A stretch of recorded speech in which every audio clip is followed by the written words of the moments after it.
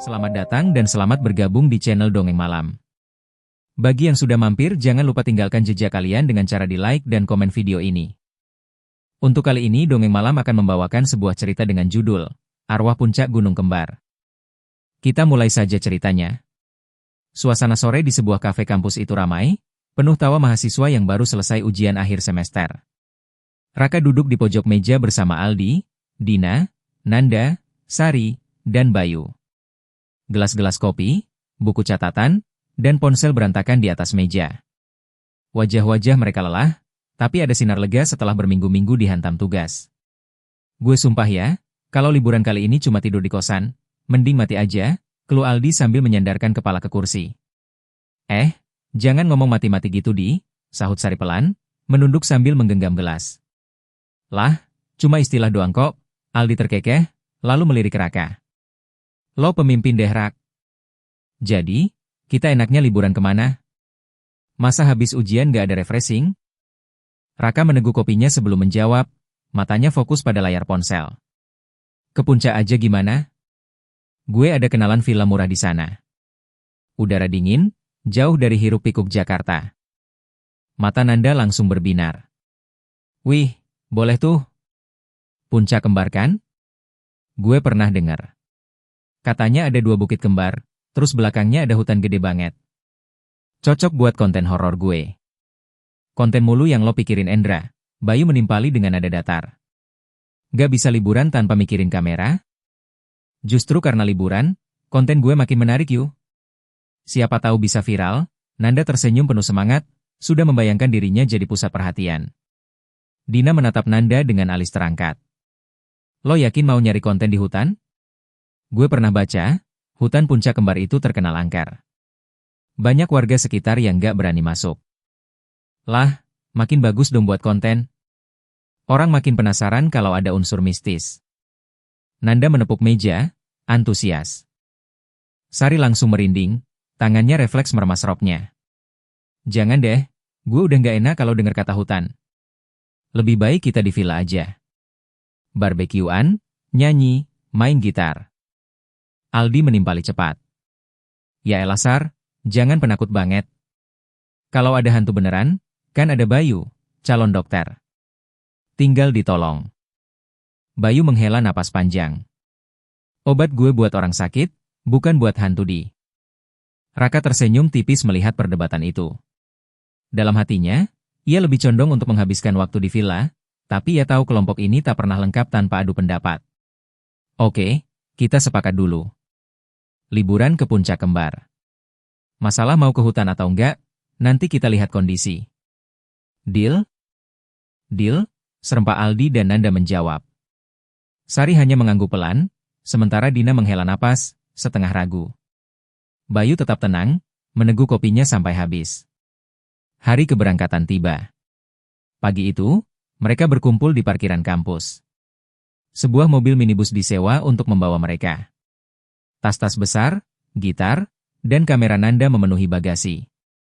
Udara Jakarta yang panas membuat suasana sedikit sesak, tapi semangat mereka mengalahkan rasa lelah. Aku udah siapin playlist sepanjang jalan, kata Aldi sambil mengacungkan flash disk penuh lagu. Please jangan yang aneh-aneh ya Di. Gue pengen tidur di jalan, keluh Dina. Tenang aja Din. Lagunya dijamin bikin suasana rame, jawab Aldi sambil terkekeh. Perjalanan pun dimulai. Jalanan pada Jakarta mulai berkurang ketika mereka memasuki jalur menuju puncak. Udara makin sejuk, pepohonan hijau berjejer di kanan kiri jalan. Tawa dan obrolan memenuhi mobil. Nanda sibuk merekam suasana, sesekali meminta yang lain melambaikan tangan ke kamera. Guys, ini perjalanan menuju Puncak Kembar. Jangan lupa like, komen, subscribe, serunya sambil mengarahkan kamera ke wajah-wajah temannya. Sari menutup wajahnya dengan tangan. Aku nggak mau masuk YouTube, seru Sari. Tenang Sar. Kalau viral, muka lo bisa jadi artis dadakan, canda Aldi.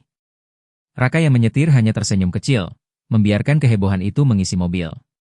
Bayu duduk di kursi samping supir, sesekali memeriksa peta digital. Dina duduk di tengah, lebih banyak diam, matanya menatap keluar jendela, seperti memikirkan sesuatu. Menjelang sore, mereka sampai di villa yang dipesan. Villa itu berada di lereng bukit, dengan pemandangan hutan lebat di belakangnya. Udara dingin menusuk, membuat mereka segera merapatkan jaket. Seorang pria tua keluar dari teras villa, menyambut mereka dengan wajah ramah tapi serius. Selamat datang. Kalian pasti mahasiswa yang mau liburan ya? Raka melangkah maju. Iya Pak. Saya Raka. Kami sudah pesan villa ini lewat telepon minggu lalu. Pria itu mengangguk. Saya Surya, penjaga villa ini. Kalian bisa taruh barang di dalam. Tapi ada satu hal penting yang harus kalian ingat. Nada suaranya berubah tegas, membuat mereka spontan terdiam. Apa itu Pak? Tanya Dina hati-hati. Pak Surya menatap ke arah hutan lebat di belakang villa. Angin berembus pelan, menimbulkan suara dedaunan bergesek. Jangan sekali-sekali masuk ke hutan belakang. Apapun yang terjadi. Sekali kalian melangkah ke sana, sulit untuk kembali. Sari merinding mendengarnya, sedangkan Nanda justru tersenyum tipis, matanya berbinar penuh rasa penasaran. Kenapa Pak? Ada apa di hutan itu? Aldi bertanya dengan nada bercanda, mencoba mencairkan suasana. Pak Surya menatap tajam ke arah mereka, lalu berkata pelan tapi jelas. Di sana ada arwah yang sudah puluhan tahun menghuni. Arwah seorang wanita, yang wajahnya tak lagi bisa disebut wajah manusia. Raka dan kawan-kawan terdiam mendengar ucapan Pak Surya. Angin dingin yang berembus dari arah hutan membuat bulu kuduk mereka meremang. Sari otomatis memeluk dirinya sendiri, wajahnya pucat. Arwah tanpa wajah? Maksudnya bagaimana Pak? Dina memberanikan diri bertanya. Pak Surya menunduk sejenak sebelum menatap mereka satu persatu. Namanya Ningsih. Dulu dia warga sini. Seorang gadis yang hidupnya penuh penderitaan karena wajahnya cacat sejak lahir. Kulitnya terbakar, bibirnya sumbing. Anak-anak mengejeknya, orang tua melarang anak mereka bermain dengannya. Bahkan, orang-orang dewasa pun tak segan menghina dan menjauhi.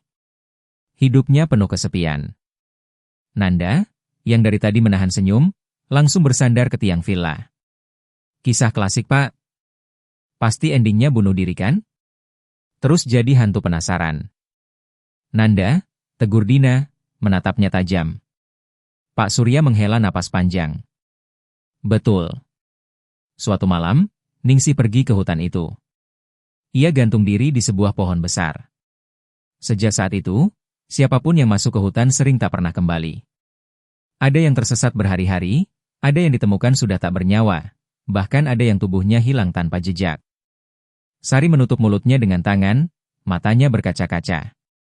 Aldi malah setengah berbisik, wah, makin serem aja.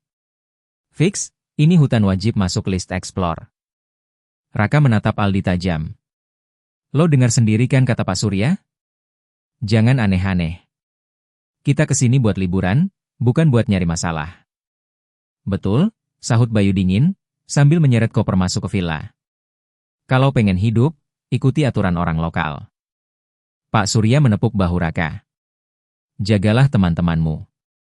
Kalau ada yang bandel, bisa jadi nyawanya jadi taruhannya. Malam itu mereka menghabiskan waktu di ruang tengah villa.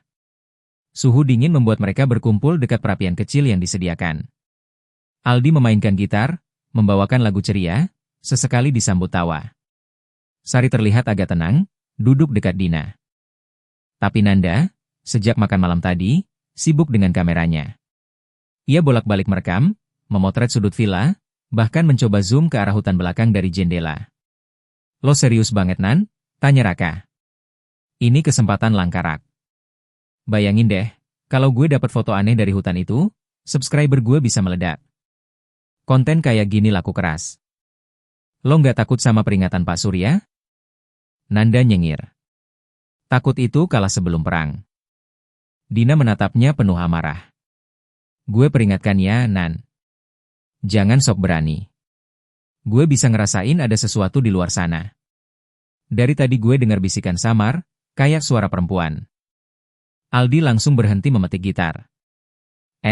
Jangan bercanda Din. Gue bisa kabur nih kalau lo ngomong gitu. Dina serius, wajahnya pucat. Gue nggak bercanda. Dari tadi, jendela kamar gue kayak ada yang ngetopelan. Tapi pas gue buka, kosong. Sari langsung bergidik, tubuhnya merapat ke Dina. Ya Tuhan.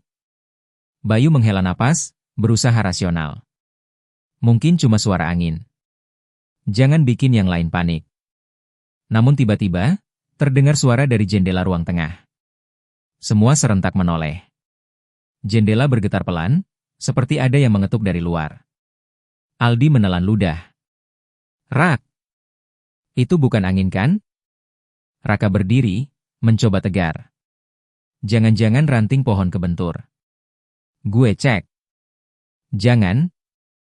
Dina spontan menahan lengannya. Tapi Raka sudah melangkah, menarik tirai jendela. Kosong.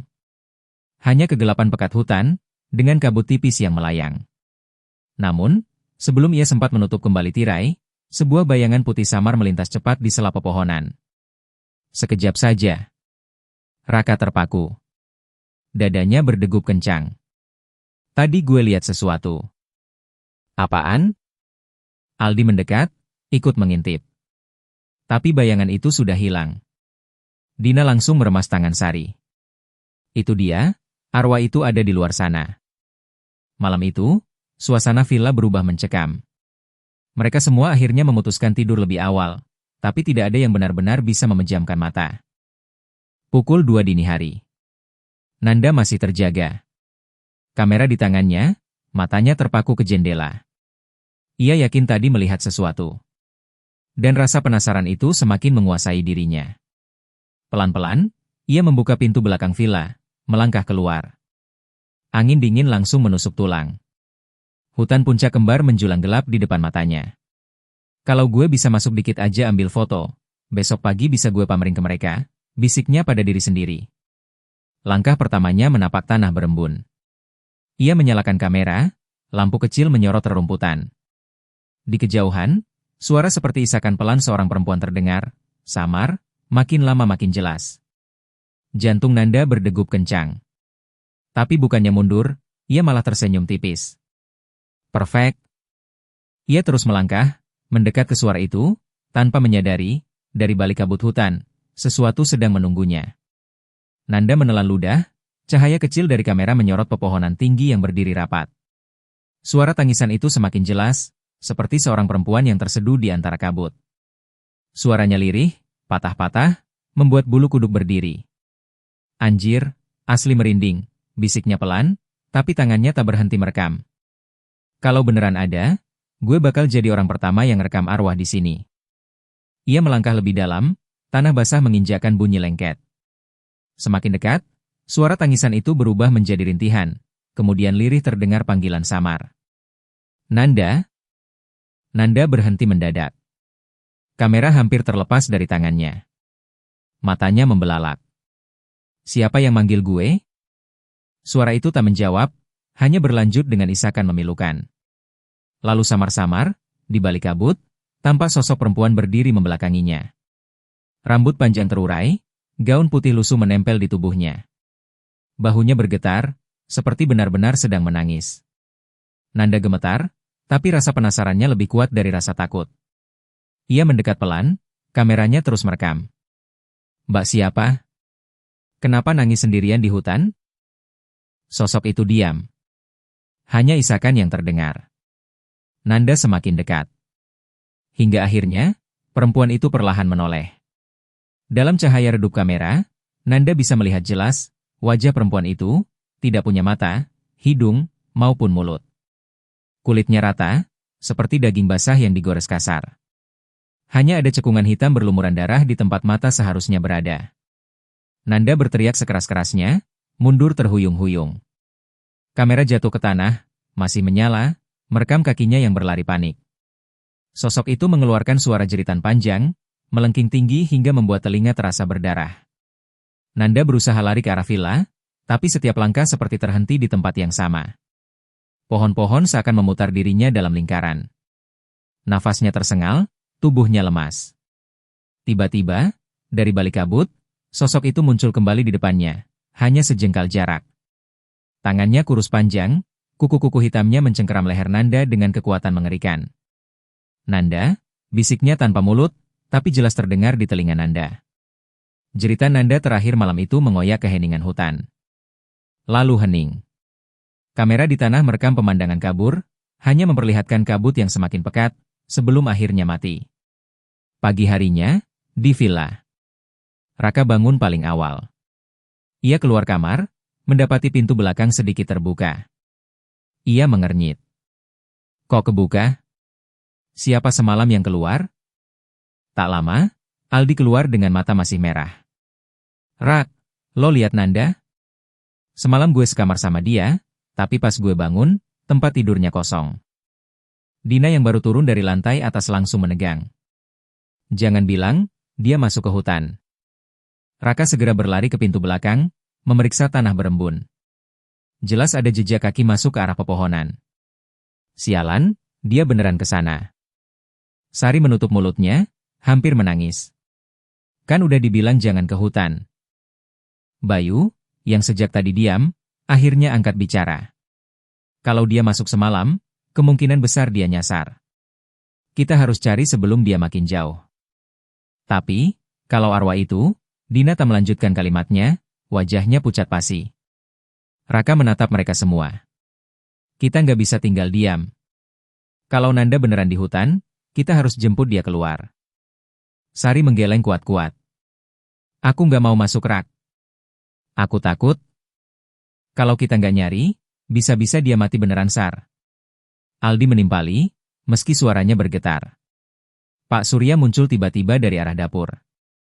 Wajahnya tegang. Kalian, jangan bilang teman kalian ada yang masuk ke hutan semalam.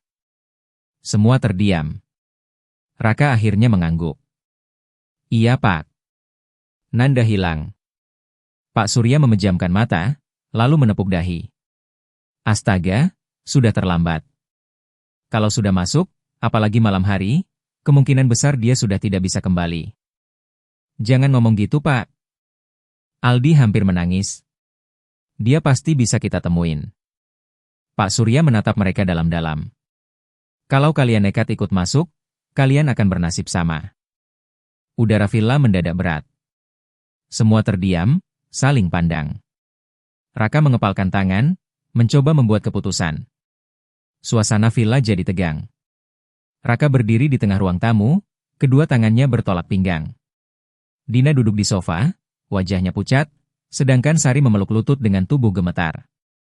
Aldi mondar-mandir gelisah, sementara Bayu hanya bersandar ke dinding, menatap lantai dengan rahang mengeras. Kalau kita diam aja di sini, Nanda bisa mati kedinginan atau... Aldi tak sanggup melanjutkan kalimatnya. Atau udah mati, potong Bayu datar. Jangan ngomong sembarangan yuk.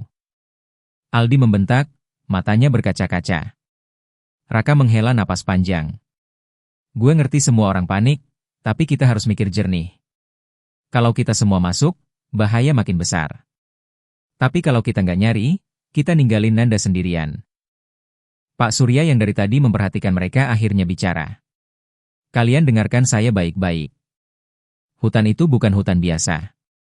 Begitu kaki kalian melangkah melewati batas kabut, kalian tidak lagi berada di dunia yang sama. Kalian masuk ke wilayah milik Ningsih.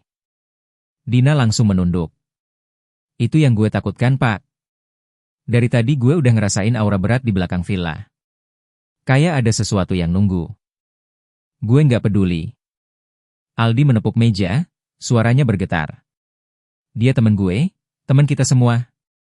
Gue nggak mau balik ke Jakarta tanpa dia. Sari meneteskan air mata. Tapi kalau kita masuk, gimana kalau kita semua? Cukup. Raka mengangkat tangan, menatap mereka satu persatu. Gue tahu resikonya. Tapi gue nggak bakal ninggalin Nanda.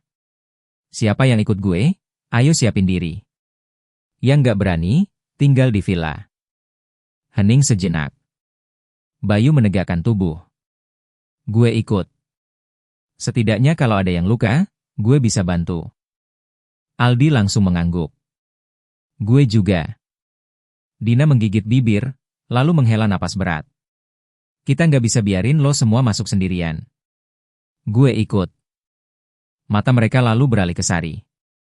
Gadis itu gemetar hebat, tapi akhirnya dengan suara lirih ia berkata, aku ikut. Aku takut, tapi aku nggak mau sendirian di sini. Raka mengangguk tegas. Oke. Kalau gitu kita semua masuk.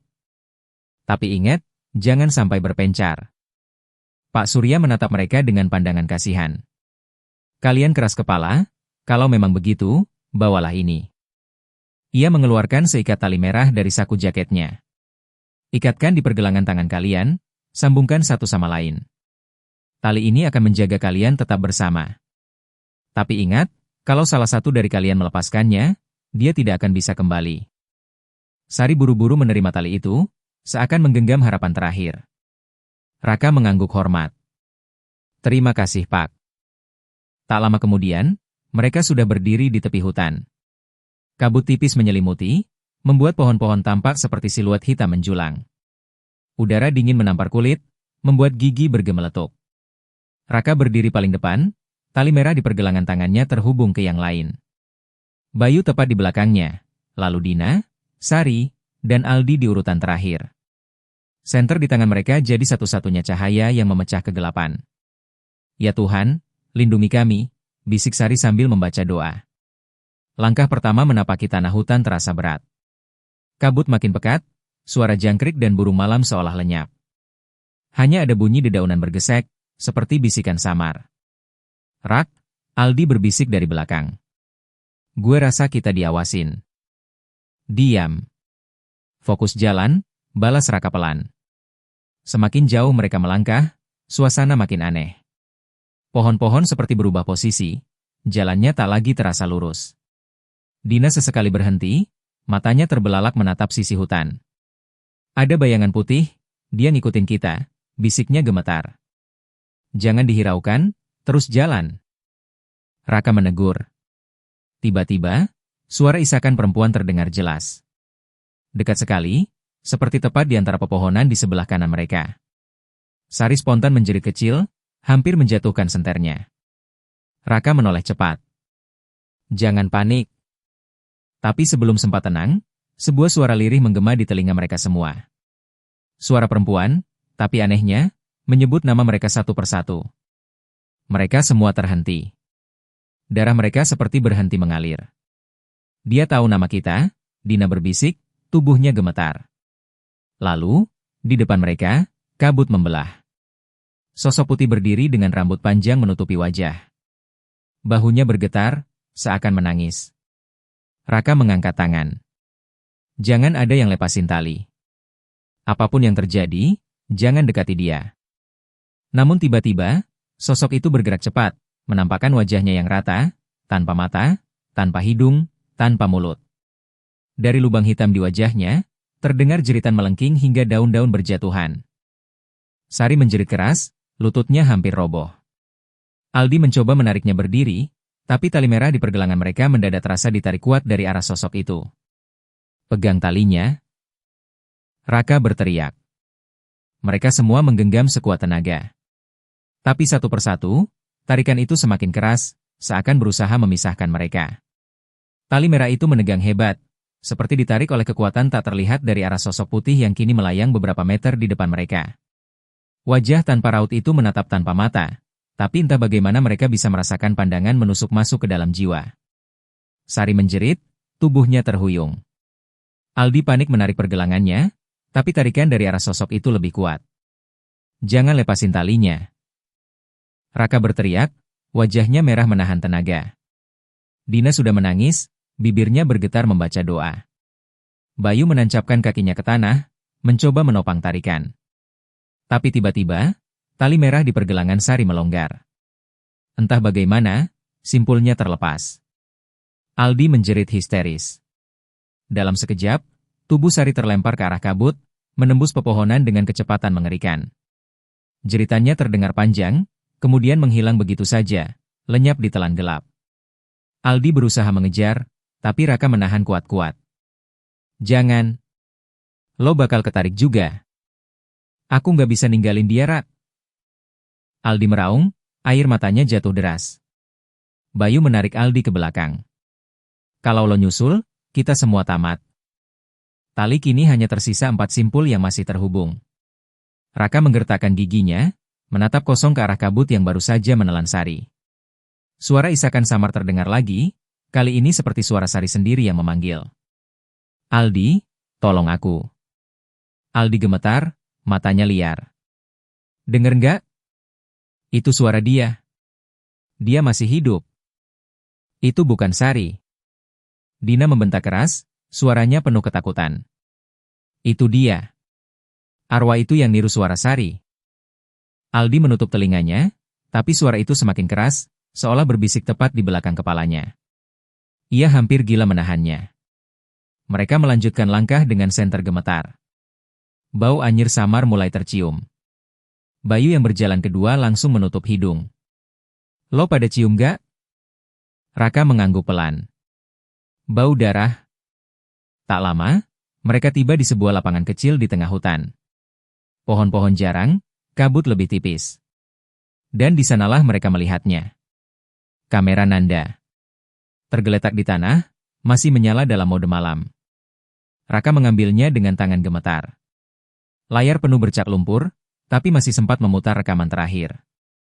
Semuanya menahan napas saat melihat Nanda di layar, berjalan sendirian dengan wajah tegang. Kamera bergetar, lalu merekam sosok perempuan menangis di balik kabut.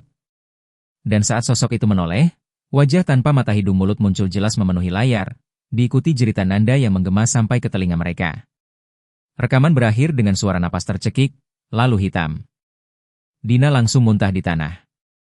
Aldi membeku, matanya kosong. Bayu meremas bahu Raka. Dia, udah nggak ada.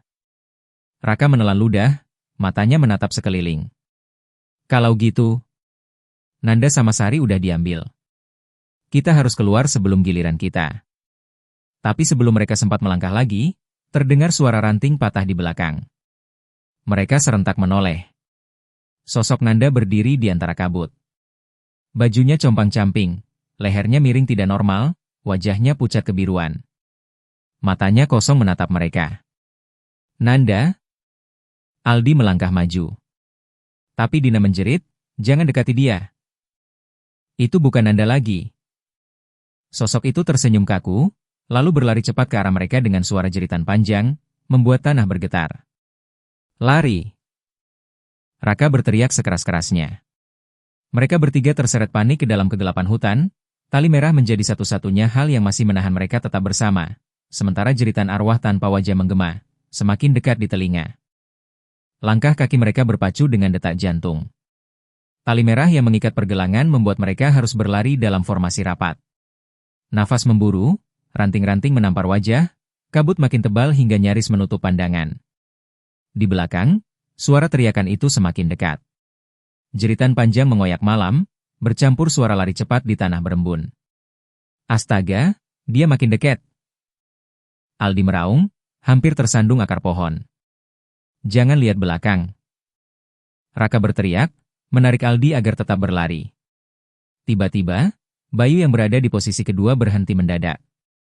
Diam. Semua membeku. Suara langkah mengejar hilang seketika, berganti hening mencekam. Mereka berdiri terengah, hanya suara napas yang terdengar. Dari dalam kabut, samar terlihat sosok putih berdiri kaku. Rambut panjang menutupi wajahnya, tapi tangan kurusnya terangkat pelan, menunjuk ke arah mereka. Lalu, suara perempuan itu terdengar jelas, lirih, menyebut nama satu orang. Bayu. Bayu merinding sekujur tubuh. Sial, dia nyebut nama gue. Tali merah tiba-tiba menegang ke arah sosok itu. Bayu berusaha bertahan, tapi tarikannya begitu kuat, seolah ada kekuatan raksasa yang menyeretnya.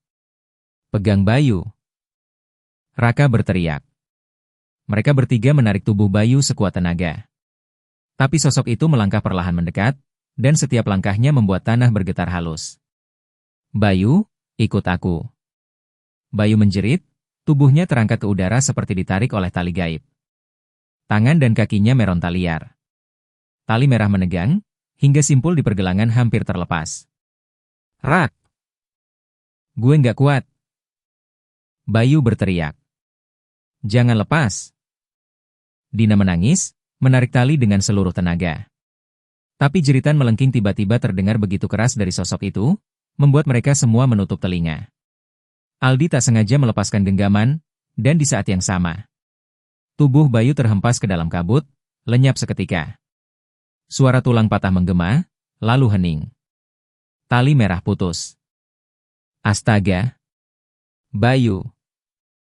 Aldi berlari panik ke arah kabut, tapi Raka menahan sekuat tenaga. Lo mau mati juga, Di? Raka membentak, wajahnya penuh amarah bercampur takut. Dina sudah histeris, air matanya jatuh tanpa henti.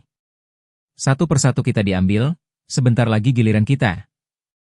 Suara tawa lirih terdengar dari kejauhan, aneh dan melengking, lalu bergema di telinga mereka. Aldi gemetar, tangannya menutup telinga. Gue nggak tahan lagi, gue nggak mau mati di sini. Kita harus keluar. Raka menarik mereka berdua. Ikutin gue. Mereka bertiga berlari membelah kabut lagi. Tapi semakin jauh melangkah, jalan terasa berulang.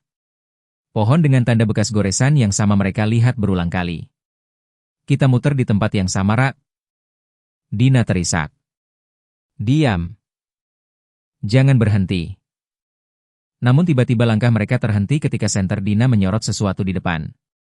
Di sebuah pohon besar yang menjulang, tergantung sosok tubuh Bayu. Lehernya terikat tali kusam, wajahnya lebam, matanya terbuka kosong. Tubuhnya berayun pelan, meneteskan darah ke tanah. Dina menjerit histeris. Aldi langsung muntah di tanah, tubuhnya gemetar hebat. Raka menatap mayat itu dengan wajah tegang. Ia sadar, hutan ini bukan sekadar tempat angker. Mereka sedang dimainkan. Di bawah keputaran mimpi buruk yang tak ada ujungnya. Sosok putih itu muncul di balik tubuh Bayu yang tergantung.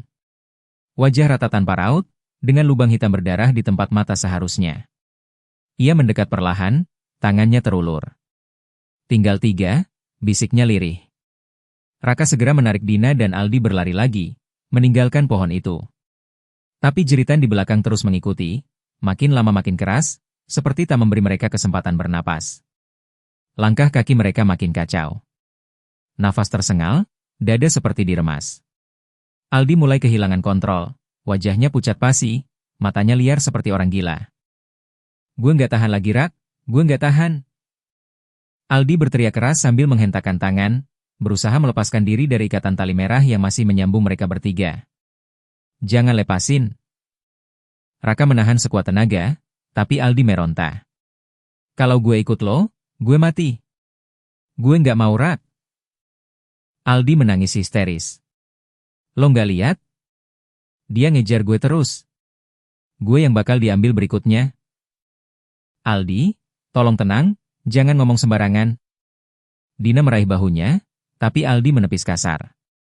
Tiba-tiba, suara lirih terdengar di telinga Aldi, begitu dekat, seakan berbisik dari dalam kepalanya. Aldi, ayo ikut aku. Sari nunggu kamu. Aldi membeku, matanya melebar. Sari? Suara itu makin jelas. Iya. Sari. Aku di sini, aku kedinginan. Temenin aku, Di. Dina melihat wajah Aldi berubah drastis, dari ketakutan menjadi seolah-olah tersihir. Jangan dengerin dia, Di. Itu bukan Sari. Tapi Aldi sudah tak peduli. Dengan sekali hentakan, ia berhasil melepaskan ikatan tali merah di pergelangannya. Raka dan Dina terkejut, berusaha meraih tangannya, tapi Aldi berlari masuk lebih dalam ke kabut. Aldi! Raka berteriak, namun suaranya hanya terpantul di antara pepohonan. Beberapa detik hening, lalu terdengar jeritan panjang yang memecah langit malam. Suara tulang patah menyusul, kemudian hutan kembali sepi. Raka dan Dina berdiri kaku. Tali merah kini hanya menghubungkan mereka berdua. Dina jatuh terduduk, wajahnya penuh air mata. Satu persatu kita diambil. Rak, kita bakal mati di sini. Raka berlutut di depannya, mengguncang bahunya. Dengar gue.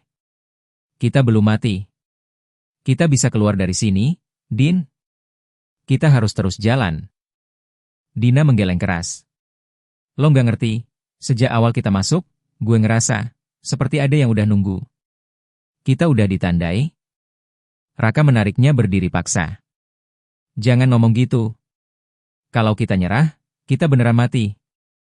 Gue nggak bakal biarin lo diambil juga. Raka menarik Dina berlari sekuat tenaga, menembus kabut yang seolah tak ada ujung.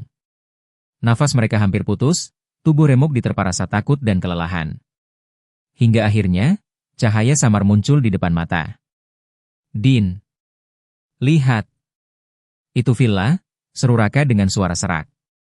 Mereka berdua menembus kabut terakhir, lalu terhuyung jatuh di halaman belakang villa.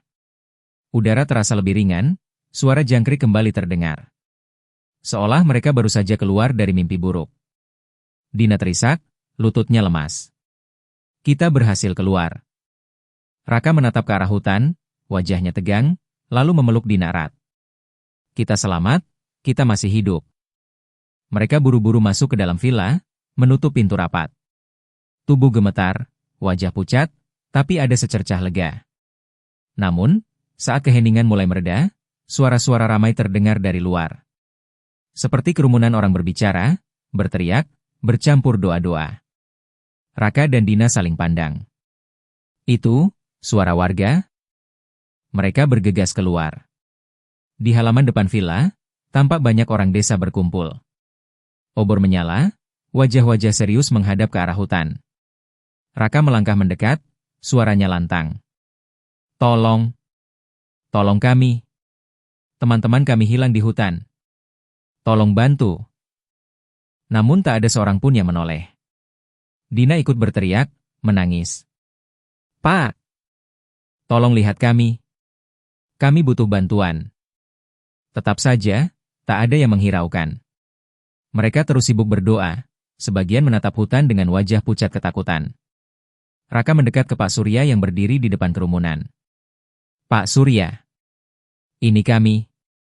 Raka sama Dina. Tolong kami, Pak. Tapi langkahnya terhenti mendadak. Mata Raka melebar, mulutnya kaku. Di tepi hutan, tergantung di cabang pohon besar, ada dua sosok tubuh. Tubuh itu terguncang pelan ditiup angin. Wajah pucat, mata terbuka kosong, lidah terjulur. Dan Raka mengenali dengan jelas, itu dirinya sendiri dan Dina. Dina menjerit histeris, jatuh tersungkur. Ingatan mereka berputar cepat, kembali ke malam sebelum semua ini. Mereka berdua mencoba menghentikan Nanda yang keluar villa. Saat berlari mengejarnya ke arah hutan, sesuatu menunggu di balik kabut. Jeritan melengking, cahaya padam, dan setelah itu, gelap. Raka terdiam. Tubuhnya bergetar. Din, kita udah mati sejak malam itu. Dina menutup wajahnya, menangis putus asa. Sementara di sekitar mereka, warga tetap tak bereaksi, seolah-olah mereka benar-benar tak ada. Di belakang, dari arah hutan, suara isakan itu terdengar lagi. Lirih, menusuk hati. Suara perempuan tanpa wajah. Kalian milikku. Dan cerita selesai di sini. Terima kasih sudah mengikuti cerita sampai akhir. Untuk cerita dengan judul Arwah Puncak Gunung Kembar berakhir di sini. Akan banyak lagi cerita-cerita menarik yang akan dibawakan Dongeng Malam. Jadi silahkan di-subscribe channel ini agar tidak tertinggal cerita-cerita menarik dari video berikutnya. Dan jika kalian suka dengan cerita-cerita seperti ini, silahkan di-share video ini agar channel ini bisa lebih berkembang lagi.